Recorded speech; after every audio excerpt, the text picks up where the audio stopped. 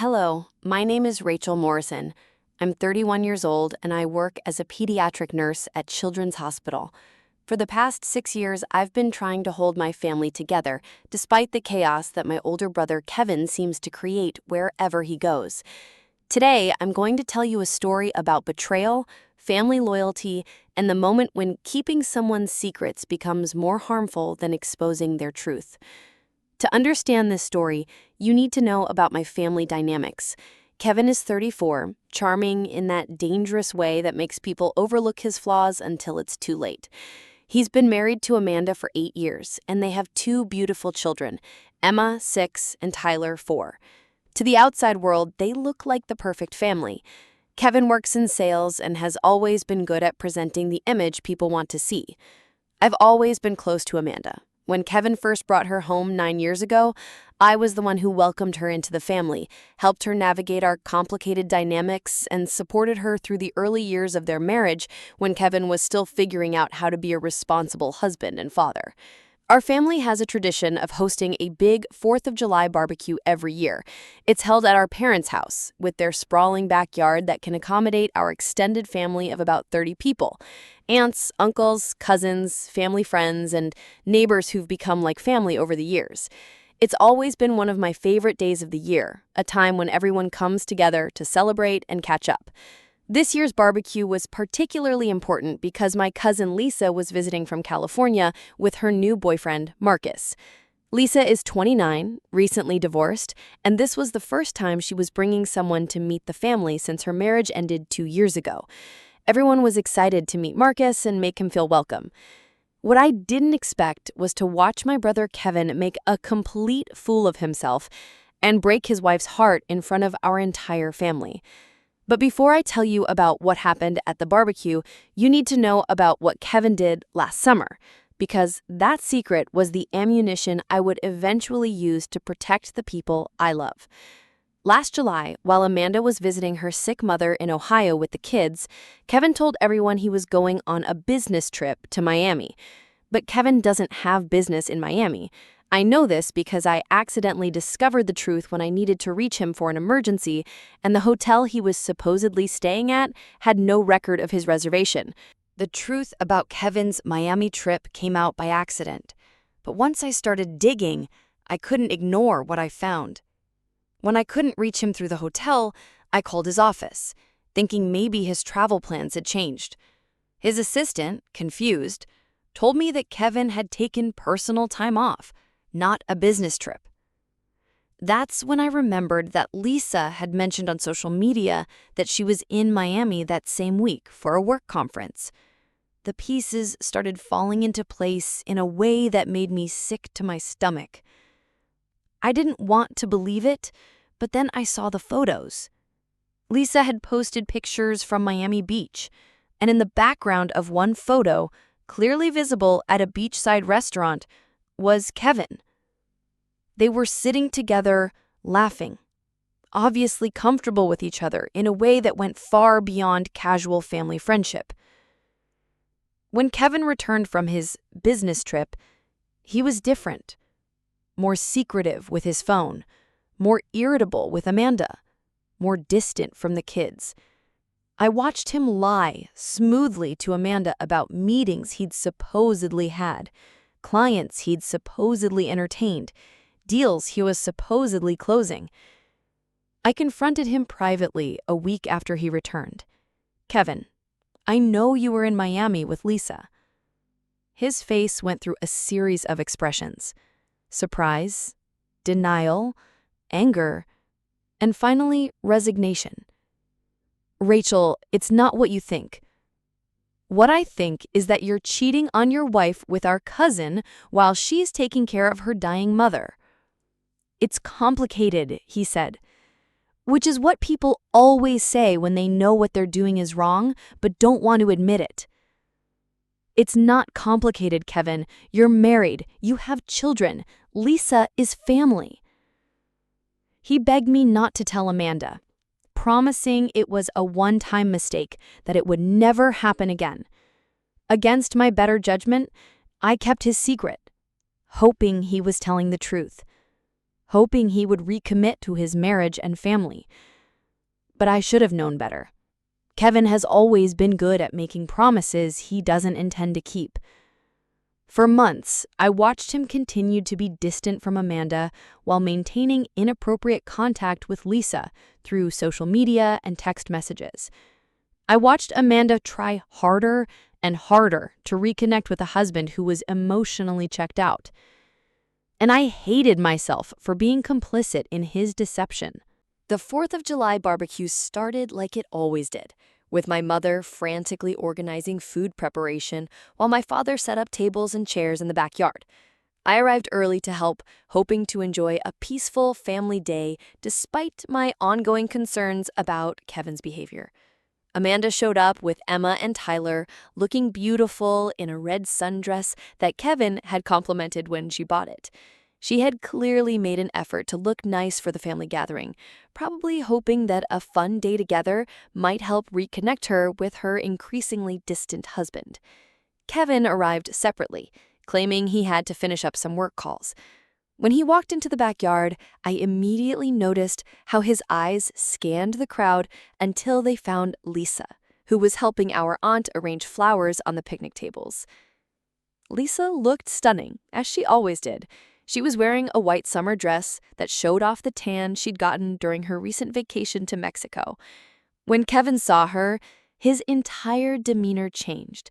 His posture straightened, his smile became more genuine, and he practically glowed with an energy I hadn't seen him direct toward Amanda in months.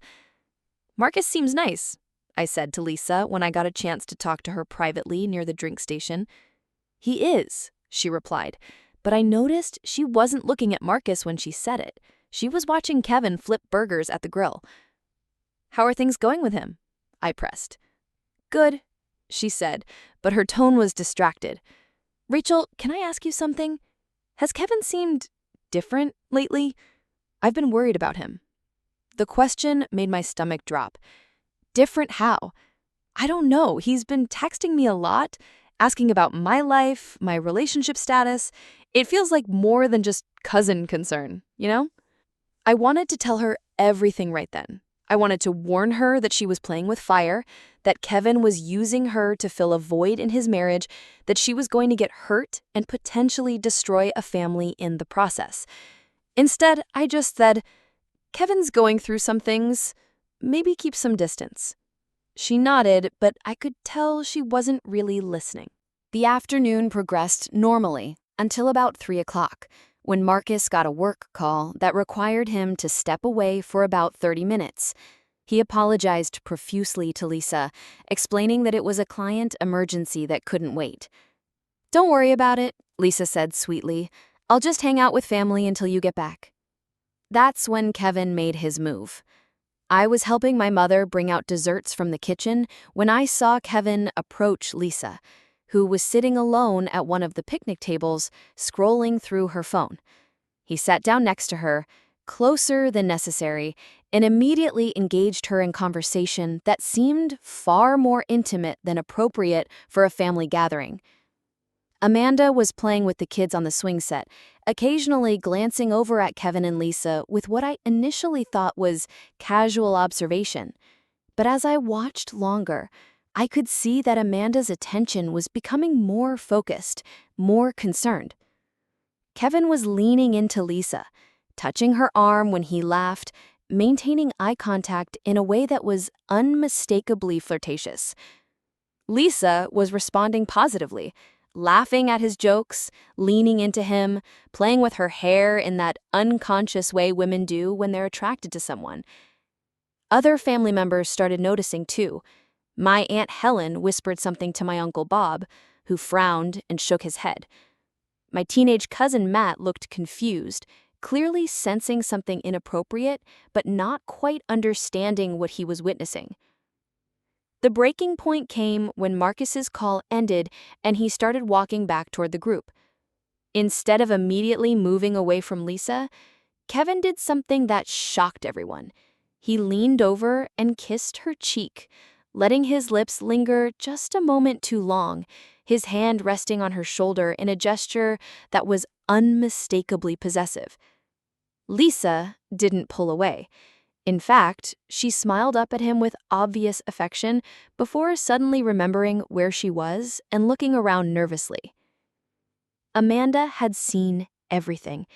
She was standing by the swing set, her face pale, her hands clenched at her sides. Emma was tugging on her dress, asking for help with the monkey bars, but Amanda was frozen, staring at her husband and his cousin with an expression of absolute devastation.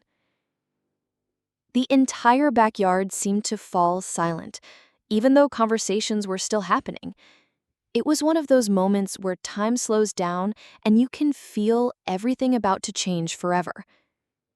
Marcus approached the table where Kevin and Lisa were sitting, clearly unaware of what he had just missed. "Sorry about that," he said cheerfully. "Work never stops, right?" Kevin finally seemed to realize what he had done and how public it had been. He stood up quickly, putting distance between himself and Lisa, but the damage was already done. I watched Amanda excuse herself from the kids and walk toward the house, presumably to use the bathroom, but I could see that she was struggling to maintain her composure. I followed her inside and found her in the guest bathroom, gripping the sink, trying not to cry. "Amanda," I said softly, knocking on the partially open door. "I'm fine," she said, but her voice was shaking. "No, you're not, and you shouldn't be." She opened the door and looked at me with eyes that were bright with unshed tears. "Am I crazy, or was that completely inappropriate?" "That was completely inappropriate," I confirmed. "It's been going on for a while, hasn't it?" she asked. "The distance, the phone calls, the way he's been treating me like I'm invisible. There's something between him and Lisa." I had a choice to make in that moment. I could continue to protect Kevin's secret, continue to enable his behavior, and watch Amanda suffer in confusion and self-doubt, or I could tell her what I knew and give her the truth she deserved. "Amanda, there's something you need to know," I began. But before I could continue, we heard voices getting louder outside. We walked to the kitchen window and saw that the situation had escalated. Kevin was now openly arguing with Marcus, who had apparently figured out that something inappropriate had been happening between his girlfriend and her cousin. "What the hell was that?" Marcus was saying, his voice carrying clearly through the open windows. "It was nothing, man," Kevin replied, but he sounded defensive rather than convincing. "Kissing my girlfriend is nothing. It was just a family greeting. Don't make it into something it's not." Lisa was standing between them, looking mortified and trying to calm the situation. "Marcus, please, it really was nothing." But the family members who had witnessed the exchange were starting to gather around, sensing drama. My parents looked confused and concerned. My Aunt Helen was whispering urgently to my Uncle Bob. The younger cousins were being quietly moved away from the conflict by other adults. "Rachel," Amanda said, her voice suddenly strong and determined. "What were you going to tell me?" I looked at her, then out at the chaos in the backyard, where Kevin was continuing to lie and manipulate, where Lisa was being put in an impossible position, and where my entire family was being forced to witness dysfunction that could have been prevented if Kevin had faced consequences for his actions months ago. "I'm going to tell everyone," I said. Amanda and I walked back outside together, just as Kevin was trying to convince Marcus that he was overreacting to what he had seen. The conversation had drawn the attention of most of the family, with people clustering around trying to understand what was happening. "Kevin?" I called out, my voice carrying clearly across the backyard. "I think it's time everyone knew the truth." He turned to look at me, and I saw panic flash across his face. "Rachel, don't!" "Don't what? Don't tell everyone about your business trip to Miami last summer?" The backyard fell completely silent. Even the kids seemed to sense that something important was happening and stopped their playing to watch the adults. "What business trip?" Amanda asked, her voice steady but dangerous. The one that wasn't actually a business trip? I continued, looking directly at Kevin. The one where he spent a week in Miami with Lisa while you were taking care of your dying mother. Gasps echoed around the gathering. My mother's hand flew to her mouth. My father's expression darkened as he looked at Kevin with obvious disappointment. That's not, Kevin started, but Lisa interrupted him. It's true, she said quietly, tears starting to flow down her cheeks. I'm so sorry, Amanda. We met up in Miami and it wasn't supposed to happen. I was going through my divorce and Kevin was having problems at home and we just... Problems at home? Amanda's voice rose. What problems at home? The problems where I was taking care of my dying mother while trying to manage our children and household by myself? Marcus was staring at Lisa with a look of complete betrayal. You've been having an affair with your married cousin? It wasn't an affair, Kevin said desperately. It was one weekend, one mistake. One weekend that's been continuing for almost a year, I said, pulling out my phone. The constant texting, the phone calls, the emotional affair that's been going on while Amanda has been trying to figure out why her husband stopped loving her. I held up my phone, showing screenshots of social media interactions between Kevin and Lisa that I had documented over the months. Flirty comments, private messages that were clearly inappropriate for a married man and his cousin. You've been documenting this? Kevin asked, his voice filled with betrayal. Someone had to, I replied, since you clearly weren't going to tell the truth. The aftermath was immediate and devastating. Amanda walked over to Kevin, slapped him across the face in front of the entire family, and then calmly told the children they were leaving. Emma, Tyler, come say goodbye to everyone, she said in a voice that was remarkably controlled given the circumstances. We're going home. But Mommy, we didn't have cake yet, Emma protested. We'll get cake somewhere else, sweetheart, Amanda replied, shooting Kevin a look that could have melted steel. Marcus was packing up his things, clearly planning to leave immediately.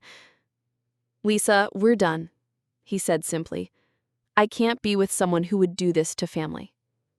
Marcus, please, Lisa begged, but he was already walking toward the house to get his car keys. My parents were in damage control mode, trying to comfort the confused children while managing their own shock and disappointment. My father pulled Kevin aside for what was clearly going to be a very difficult conversation.